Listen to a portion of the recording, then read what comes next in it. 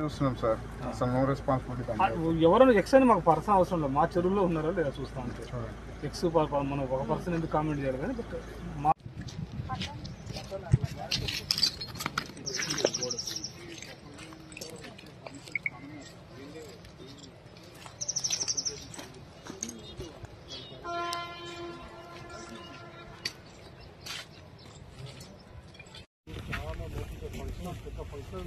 అది లేదంటున్నారు వీళ్ళు. ఒక వాళ్ళు ఒకటి మొత్తం బఫర్లో అది కూడా దాన్ని మీకు అనిపిస్తుంది.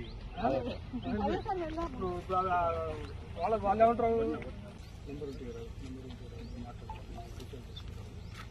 మీతో పని మాకు